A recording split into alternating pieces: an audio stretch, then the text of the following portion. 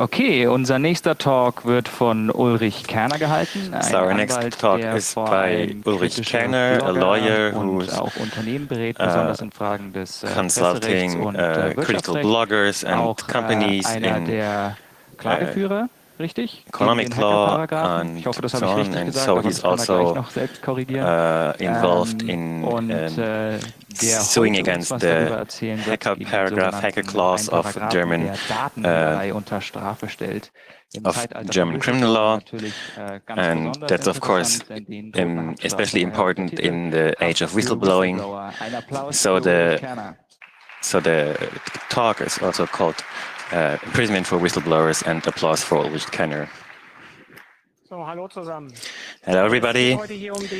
It's going about the clause about data sales Uni-Professoren zu Fachbeiträgen in Zeitschriften mit folgenden and so it's about publications in journals, law journals, and so Professor Ulrich Stockenberg from University of Bonn was talking about this new paragraph about data sales, the illegal data sales. That means that's like clear words about what the legislator actually did, and we'll see how that actually works and how criminal law legislation actually works, not how it works in Parliament, but what its goals are and what it should achieve. We have to look at what our jurisprudence actually wants to protect, and like what then we look at what the legislation actually looks like in paragraph 202D, and then we are going more into details of the law, of the actual offense, how it's defined, what's included in that. And so we look at the criticism as well, and then we'll look at the constitutional complaint that's been lodged against this. So when we are talking about criminal legislation, then who actually believes that the legislation in Parliament actually is governed by reasonable arguments. And I want to give an anecdote towards that, which shows that actually regularly there's no reasonable arguments involved. It was like there was like a federal reform between the states and the federal government about competences also in regards to legislation, and so to the states went the legislative power about freedom of assembly and like the legislation towards imprisonment. So there were like associations about that deal with like criminal law towards youth, and they rejected it. But so now the result that it's different between all the states and not governed on the federal level. So there were also experts involved from Swiss law, and so they said that in Switzerland there's like very difficult problems when one prisoner is transferred from one canton in Switzerland to another, but the German legislature was not impressed by that. So also the law about freedom of assembly was also not really discussed much, but it was like, yeah, the states now get this, and without really arguing much about it. So it's like one of our main from our main basic rights. And it's not really sure why that's not a federal competence anymore, but now every state can more or less do what it wants. And that will probably differ as well. There's no reasonable argument for that. In the criminal legislation, it's not really different. So if you look in the newspapers today or in the last days after the attack in Berlin, so there's calls for broadening the enforcement competences by the agencies. And so if you see what actually came to light after this attack and what the agencies all knew and what they actually didn't do, despite knowing actually a lot of things. And yeah, if you can't use hammer and chisel, then don't give him a chainsaw because it doesn't actually improve anything. So criminal legislation is there to protect the legal rights and other things that are protected by law. And so it's civil law, administrative law, criminal law, and yeah, the criminal law is basically the last instrument that the legislator has and should use. So basically, negligence in bodily harm is like a simple example. Like if you damage another car with your car when not paying attention, you have to pay damages. Or when you hit a pedestrian, if he's hurt. If I'm negligently hit someone, I'm criminally liable. So the legislator decided that negligently damaging someone is only liable under civil law for damages, but not for imprisonment, and that's like a legislative decision. And so it was a bit different earlier, but it was for good reasons changed. And the good foundation for that is because like criminal law can only cover some aspects, because otherwise everything is like punishable, but also. So that is what we see today, and there is a lot of calls for closing small legal gaps, and for a long time in the German discourse, we had the premise that protections from criminal law will always have gaps, but now week by week there are calls for new criminal offences to ensure the individual security. That has become the focus, individual security. And if we look at what comes out of that in Germany, what is under threat, then many more people are killed by traffic accidents. And in Europe, you will hardly find anyone that can understand why there is no speed limit on German motorways. If we reduced motorway speeds to 110 kilometers per second, death rates would fall significantly. So the question is why in one area the screws should be tightened ever more, while in another area where the danger is very concrete, the threat is simply ignored. I will now very shortly show you two examples about criminal legislation before and yesterday and now. So here, bodily harm. If you abuse another person or damage their health, you are threatened by punishment of up to 5 years prison or a fine. So the question is, what is bodily harm? What is health damage? This has been delineated by, has not been delineated by law, but you can kind of gather what you can and cannot do. That is no longer possible with modern laws. This is a kind of mean example. It's paragraph 83 of the law about stock dealing. In every second row, there is a reference to some other point in the same law. This is about emitting certificates and to the various EU regulations telling the reader that if you violate those, you will be punishable as well. So it is simply impossible, if you don't know this beforehand, to just sit down, read, and then be able to summarize what kind of threats there are, what kind of crimes there are. And the reason why I chose this is the only example known to me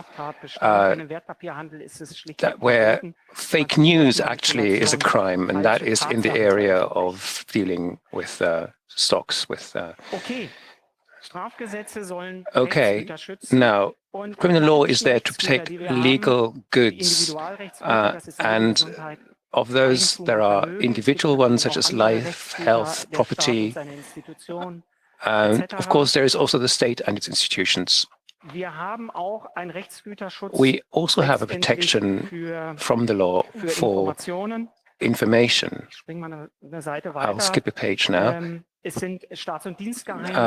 Those are state and professional secrets, private secrets, intellectual property is affected as well. There are several crimes, several offenses, patent law, trademark law, intellectual property. The patent law I have there is just an example. And then there is personal data in the data protection law. And in paragraph 3, section 1 of the data protection law, there is a definition what personal data actually is, and that these are individual items of information about the personal details, personal effects of an individual person or someone that can be identified. So this is a protection. It's quite well defined what kind of content is being protected. And we also have protections not regarding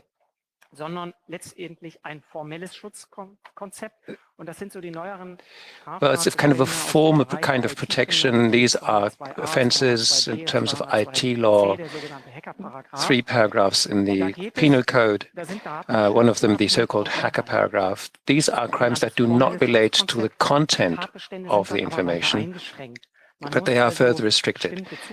You have to have certain access measures that are being circumvented. Right. And that slowly leads us to paragraph 202D in the criminal code, penal code. Just to briefly give you an overview of computer and information criminal law, this was ultimately introduced always to implement EU directives. Now, the new offense of data fencing, dealing with telecommunications retention data, is independent of any EU legislation. This came through a draft that was introduced by the federal state of Hesse. This was a so-called discontinuity. There were new elections, so it was reintroduced. And what we have today is based on a draft of the federal government. The reasoning for that legislation was fairly diffuse. It talked about huge gaps in protection from criminal law or by criminal law.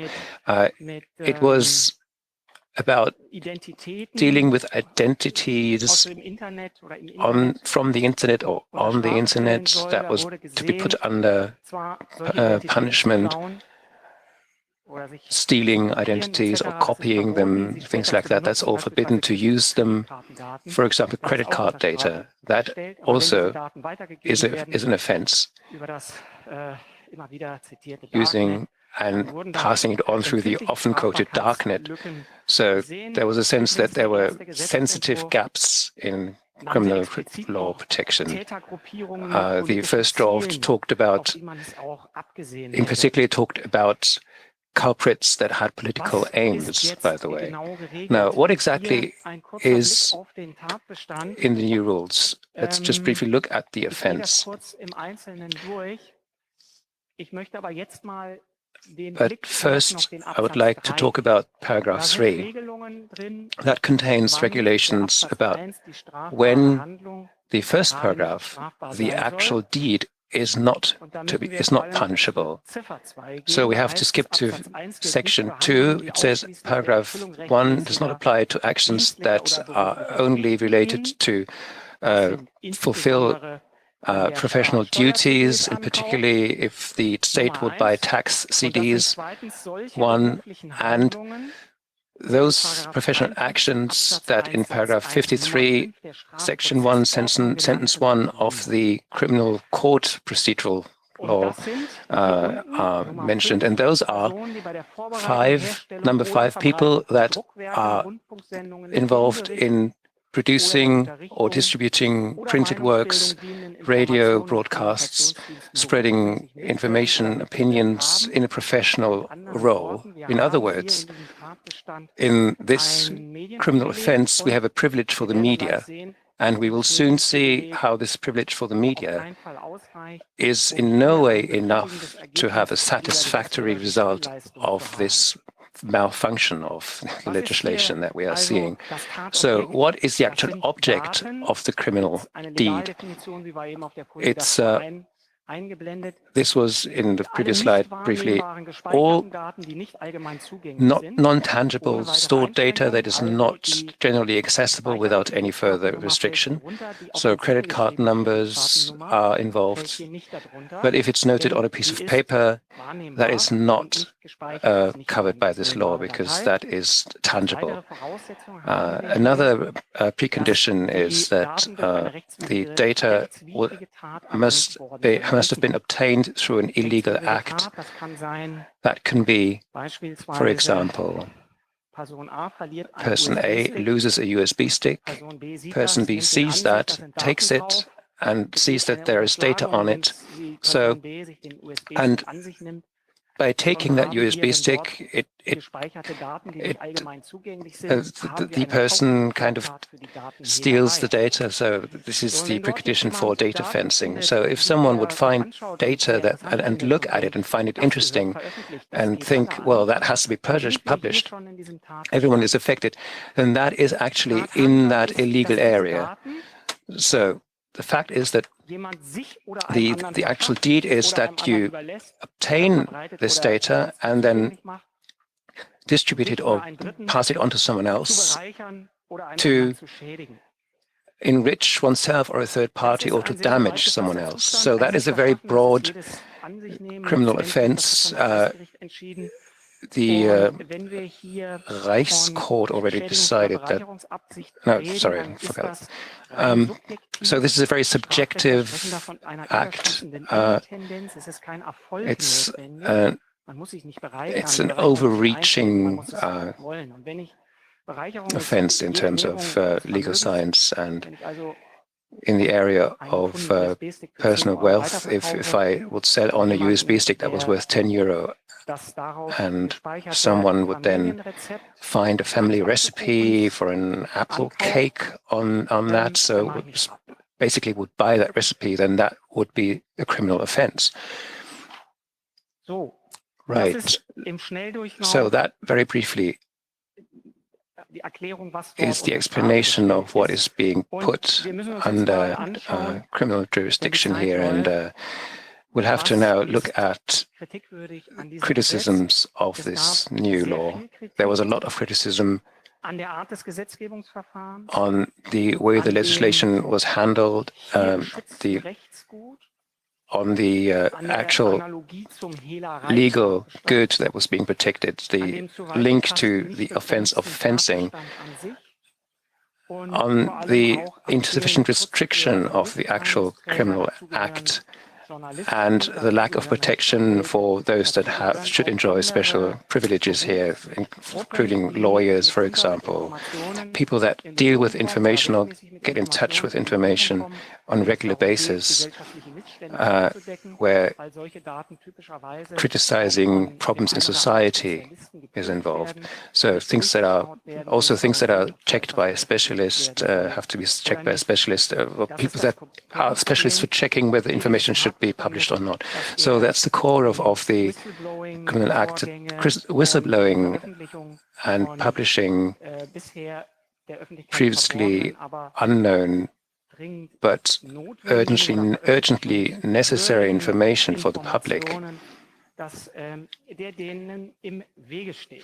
that is being impeded by this new law. So I'll go through the different items.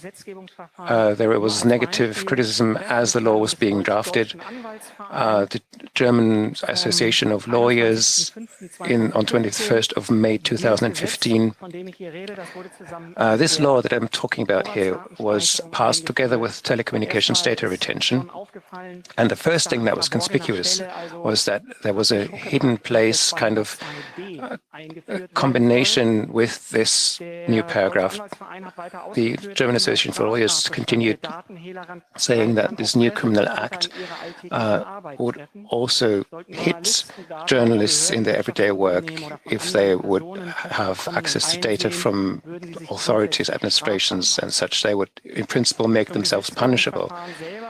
As far as the process of legislation itself was concerned, I just explained how the expert hearing concerning the question of criminal enforcement, law enforcement, the expert hearing was simply cancelled, and that was criticized. The Association for German Lawyers criticized that at this stage of the legislative process, the state doesn't seem to want to involve experts. There was no request for comments, although this was a very sensible area of the law that was being worked on here.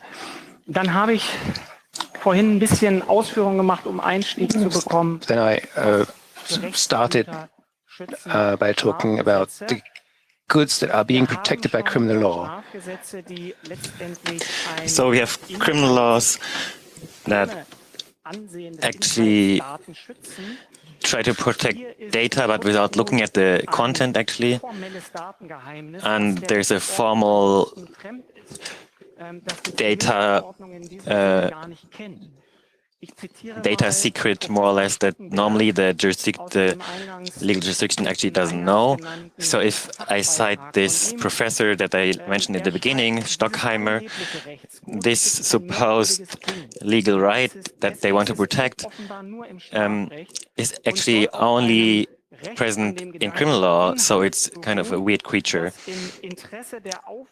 which is supposed to exist because independent of the content, and tries to define information as something as the real that has to be protected. So this is kind of weird, questionable legal right, or as we called it before, legal good, that's not known in this jurisdiction really. And then it's maybe more like a dogmatic or legal formalistic critique that it was talked about data fencing, because that's normally only used for actually tangible goods. And actually I want to get this back if it was stolen from me. If it was like, if it's like passed on or sold again by fences, so it gets harder for me to get it back. But however, if data are copied, then I still have them. I can still use them, okay, in the way I did before, but they might not be exclusive to me. But if someone sells them on, it doesn't really mean that it's harder for me to get them back, because I can't really get them back, and I actually don't lose them normally. So this actually doesn't apply. Then the definition of what this criminal deed in the paragraph actually defines is way too broad. And this legal offense is like way too broad, but also like quite weirdly defined, because normally these offenses are much more narrowly defined, and that's actually also called for by the experts, so that, for example, the offender should maybe subvert protection measures, specific protection measures, and so on. And here it's like very broad. So very important for me and for all journalists and all people that actually glad if things get put in the spotlight that go wrong. They especially criticize that in paragraph 3, where like journalists and other like persons that have to keep secrets because of their job are not actually exempted from the legally defined offense.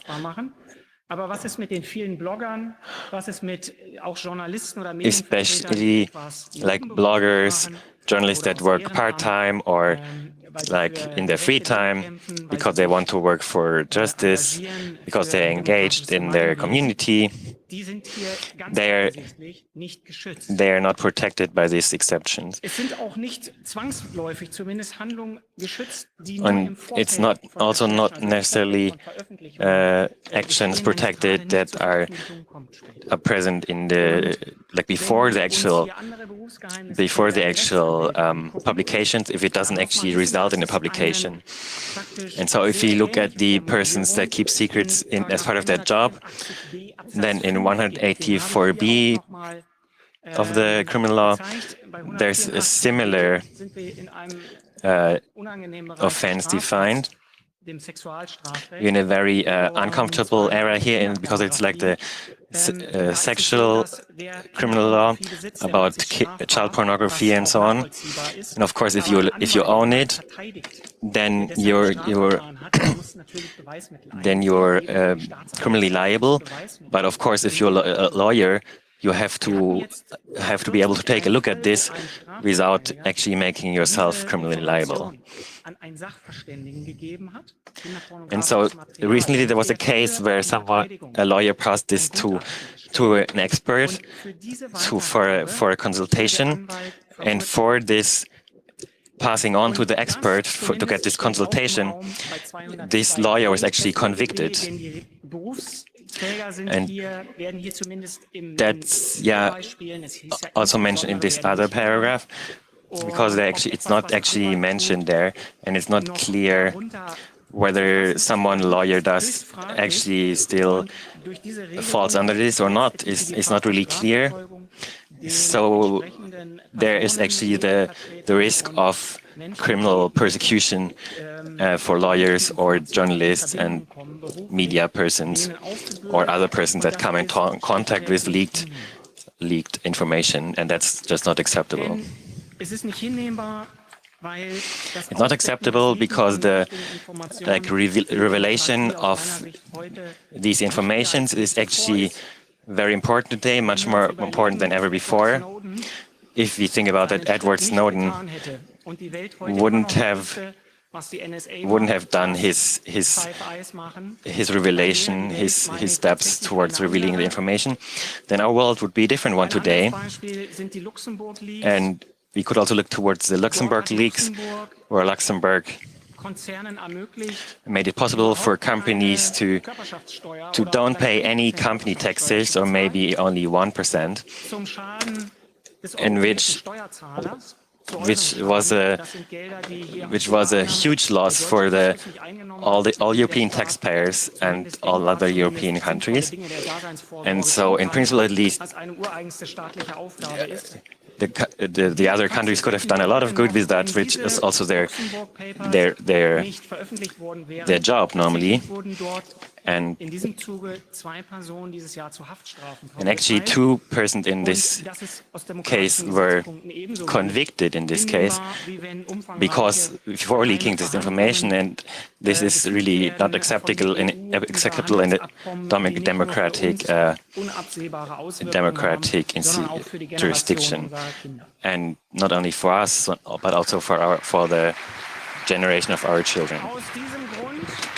For that reason, the deadline that expired on the 18th of December 2016, that was a Sunday, so it actually was moved to the next Monday. So that deadline was used to hand in several complaints at the Constitutional Court. I myself have been one of the complainants, have handed in a complaint because I think that in a way that violates constitutional law, I have been restricted in my professional duties. I know this is not the only complaint that has been handed in. There is at least one more, of which we will hear a lot, I think. Just wait 2 or 3 more weeks. I think I can't say any more about that. So this will be hopefully negotiated at the Federal Constitutional Court. Not all complaints will be accepted, as we know, but there was one that referred to this hacker paragraph that was not accepted. But at least the Constitutional Court said that the Criminal Act defined in new law would have to be interpreted in a restrictive way. That is something. So for these new complaints, let's wait what the court will say. And I am glad that the importance of this issue is recognized in the public, also concerning passing on information that is normally held controlled. And I hope that people will see that this is a real threat to press freedom and for professional freedom. Thank you very much.